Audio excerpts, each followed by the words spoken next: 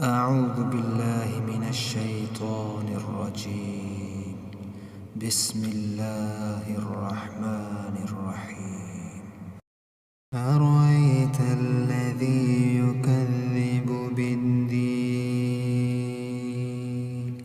فذلك الذي يدعو اليتيم ولا يحض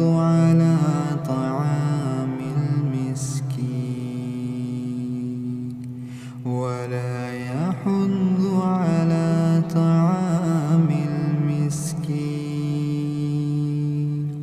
فويل للمصلين